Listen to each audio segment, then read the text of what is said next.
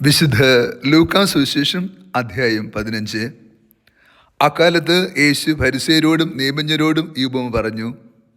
നിങ്ങളിൽ ആരാണ് തനിക്ക് 100 ആടുകളുണ്ടായിരിക്കെ അവയിൽ ഒന്ന് നഷ്ടപ്പെട്ടാൽ 99 മരുഭൂമിയിൽ വിട്ടിട്ട് നഷ്ടപ്പെട്ടതിനെ കണ്ടുകിട്ടുവോളം തേടിപ്പോകാത്തത്? കണ്ടുകിട്ടുമ്പോൾ സന്തോഷിച്ച് അതിനെ തോളിലേറ്റുന്നു.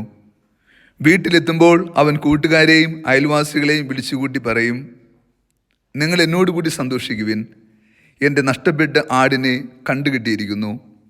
ഇതുപോലെ അനുതാപം ആവശ്യമില്ലാത്ത 99 നീതിമാന്മാരെക്കുറിച്ച് എന്നതിനേക്കാൾ അനുദപിക്കുന്ന ഒരു പാപിയെക്കുറിച്ച് സ്വർഗത്തിൽ കൂടുതൽ സന്തോഷിക്കുമെന്ന് സത്യമായി ഞാൻ നിങ്ങളോട് പറയുന്നു.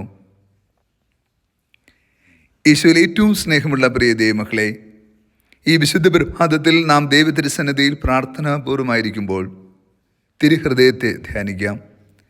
ഇന്ന് ആഗോള തിരുസഭ നമ്മുടെ കർത്താവായ യേശു ക്രിസ്തുവിൻ്റെ തുറക്കപ്പെട്ട ഹൃദയത്തെ ധ്യാനിക്കുന്ന ദിനമാണ്. ജൂൺ മാസം മുഴുവനും നാം പ്രത്യേകമായ വിധത്തിൽ ഈശോയുടെ തിരുഹൃദയത്തിന് പ്രതിഷ്ഠിക്കപ്പെട്ടിരുന്ന ദിനങ്ങളായിരുന്നു. നമ്മുടെ ഭവനങ്ങളെ, നമ്മുടെ മക്കളെ, നമ്മുടെ ദേശത്തെ, ലോകം മുഴുവനെയും തിരുഹൃദയത്തിൽ പ്രതിഷ്ഠിച്ച് നമ്മൾ പ്രാർത്ഥിക്കുകയായിരുന്നു. ഇന്നേ ദിവസം നമ്മൾ തിരുഹൃദയത്തെ പ്രത്യേകമായി ധ്യാനിക്കുമ്പോൾ ഈശോയുടെ ഹൃദയം എന്തുമാത്രം സ്നേഹത്താൽ നിറയുന്നുവെന്നും ആ സ്നേഹത്തിൻ്റെ ആഴമെന്തെന്നും നമ്മൾ ധ്യാനിച്ചു പോകുന്നു. നഷ്ടപ്പെട്ട ആടിനെ കണ്ടുകിട്ടുവോളം അന്വേഷിക്കുന്ന ഇടയൻ്റെ മനസ്സാണ് ക്രിസ്തുവിൻ്റേത്. ഞാനും നിങ്ങളുമാകുന്ന ഒരാടിനു വേണ്ടി രാവും പകലുമില്ലാതെ അവൻ അലഞ്ഞു നടക്കുകയാണ്. വീണ്ടെടുക്കുമ്പോൾ ശാസിക്കുകയല്ല, ശിക്ഷിക്കുകയല്ല, കലഹിക്കുകയല്ല, പിന്നെയോ സ്നേഹപൂർവ്വം തോളിലേറ്റി ആലയിലേക്ക് തിരികെ വരികയാണ്. എൻ്റെ ദൈവം വീണ്ടെടുപ്പിൻ്റെ ദൈവമാണ്, രക്ഷയുടെ ദൈവമാണ്. നാം അവൻ്റെ സ്നേഹത്തിൽ നിന്ന് എത്ര തന്നെ അകന്നു പോയാലും ഒരു വേട്ടപ്പെട്ടിയെ പോലെ നമ്മുടെ പിന്തുടർന്ന് കണ്ടെത്തുന്ന ഒരു ദൈവം. ഈ ദൈവത്തിന് നമ്മെ അത്രമാത്രം ആവശ്യമുണ്ട്. അവൻ്റെ നെഞ്ചോട് ചേർന്നിരിക്കുമ്പോൾ മാത്രമാണ് ഈ ഭൂമിയിൽ നാം സുരക്ഷിതരായിരിക്കുക. ക്രിസ്തുവിൻ്റെ തിരുഹൃദയം തുറക്കപ്പെട്ട സ്നേഹമാണ്, പങ്കുവയ്ക്കപ്പെട്ട ഓർമ്മയാണ്, നൽകപ്പെട്ട കൃപയുടെ നിറവാണ്. വിശുദ്ധ മാർഗരിത്ത മറിയത്തിന് യേശു പ്രത്യക്ഷ ദർശനം നൽകിക്കൊണ്ട് ആ വിശുദ്ധയോട് പറഞ്ഞത് ഇതാണ്: ഇതാ മനുഷ്യരെ സ്നേഹിക്കുന്ന ഹൃദയം, ഈ ഹൃദയത്തിലേക്ക് നിനക്കും സ്വാഗതം. ഓരോ ദിനവും തിരുഹൃദയത്തിൻ്റെ തിരുമുമ്പിൽ നമ്മൾ നിലകൊള്ളുമ്പോൾ ഈ വചനം ആവർത്തിക്കുന്നുണ്ട്.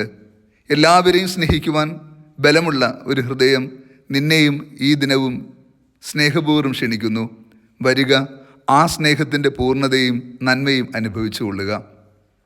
ക്രിസ്തുവിൻ്റെ ഹൃദയം അനുകമ്പയുള്ള ഹൃദയമാണ്.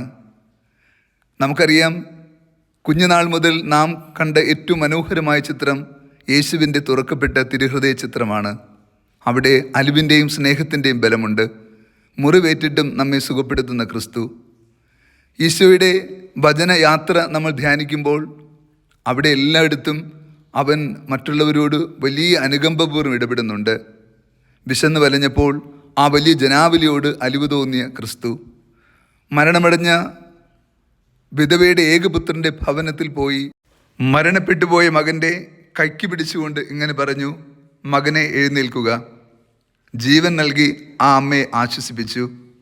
ലാസർ മരിച്ച് 4 ദിവസം കഴിഞ്ഞ് ആ ഭവനത്തിലെത്തുന്ന ക്രിസ്തുവാകട്ടെ ആ ഭവനത്തിൻ്റെ വേദനയിൽ ഭാഗഭാക്കായി.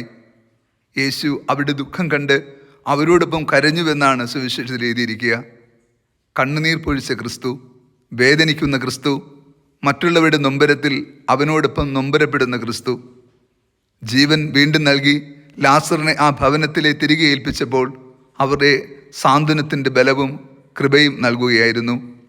ബാലിക മരിച്ച് എല്ലാവരും നിലവിളിക്കുമ്പോൾ ക്രിസ്തു ആ ഭവനത്തിലെ ആശ്വാസത്തിൻ്റെ തണലായി. ബാലികയുടെ കൈക്ക് പിടിച്ചുകൊണ്ട് പറഞ്ഞു: തലീതാക്കും, ബാലികയെ, നീ എഴുന്നേൽക്കുക. അവൾ എഴുന്നേൽക്കുക തന്നെ ചെയ്തു. ഒപ്പം ആ ഭവനത്തിൽ നഷ്ടപ്പെട്ടു പോയ മുഴുവൻ സമാധാനവും വീണ്ടെടുത്ത് നൽകി, ആശ്വാസത്തിൻ്റെ ബലം നൽകി. ഇതാണ് ക്രിസ്തു. സ്വയം മുറിവേറ്റ് തൻ്റെ മുറിവുകളാൽ അവരിന് സൗഖ്യം നൽകുന്ന ക്രിസ്തു. കാൽവരി മലയുടെ വിരിമാറിൽ നാം അതിൻ്റെ പൂർണ്ണത ദർശിച്ചു. കുത്തി തുറക്കപ്പെട്ട ഹൃദയം അവിടെ നാം കണ്ടു. അവിടെ നിന്ന് ചോരയും നീരും ഒഴുകി. അതെ, നമുക്കായി ജീവൻ്റെ ബലം അവൻ നെഞ്ചിലൊളിപ്പിച്ചു. അപ്പോഴും സൗഖ്യത്തിൻ്റെ കൃപയായിരുന്നു അത്. പ്രിയ ദൈവമക്കളെ, തിരുഹൃദയത്തെ നാം ഇന്ന് ധ്യാനിക്കുമ്പോൾ അവൻ്റെ സ്നേഹത്തിൻ്റെ തണൽ നമുക്ക് ധ്യാനിക്കാം. അത് നമ്മെ ഉജ്ജ്വലിപ്പിക്കുവാൻ ബലമുള്ളതാണ്. നമ്മൾക്ക് നഷ്ടപ്പെട്ടു പോയ സ്നേഹതീഷ്ണത വീണ്ടെടുക്കുവാൻ ശക്തിയുള്ളതാണ്. അന്ധകാരത്തിലായിപ്പോയ നമ്മെ പ്രകാശത്തിൻ്റെ മക്കളാകാൻ കൃപയുള്ളതാണ്. തിരുഹൃദയത്തിൻ്റെ സ്നേഹത്തിലേക്ക് നാം തിരിയുമ്പോൾ നമ്മൾ കുറച്ചുകൂടി സ്നേഹമുള്ളവരും ക്രിസ്തുവിനെ പോലെ ആർദ്രതയുള്ളവരുമാകുവാനുള്ള കൃപയ്ക്കായി നാമും പ്രാർത്ഥിക്കണം. ക്രിസ്തു തൊട്ടവരും ക്രിസ്തുവിനെ തൊട്ടവരും സൗഖ്യപ്പെടുന്നത് പോലെ ക്രിസ്തുവിൻ്റെ സ്നേഹത്തിൽ നിലനിന്ന് നമുക്കും അവരിന് സാന്ത്വനത്തിൻ്റെ സൗഖ്യമുള്ളവരാകാം. ഹൃദയശൂന്യത വെടിഞ്ഞ് ഹൃദയമുള്ള മക്കളായി തീരാനുള്ള കൃപയ്ക്കായി ഈ ദിനം നമുക്കും പ്രാർത്ഥിക്കാം. കർത്താവ് നിങ്ങളോട് കൂടെ. സർവശക്തനായ ദൈവം പിതാവും പുത്രനും പരിശുദ്ധാത്മാവും നമ്മെ സമൃദ്ധമായി അനുഗ്രഹിച്ച് ആശീർവദിക്കുമാറാകട്ടെ. ആമേൻ.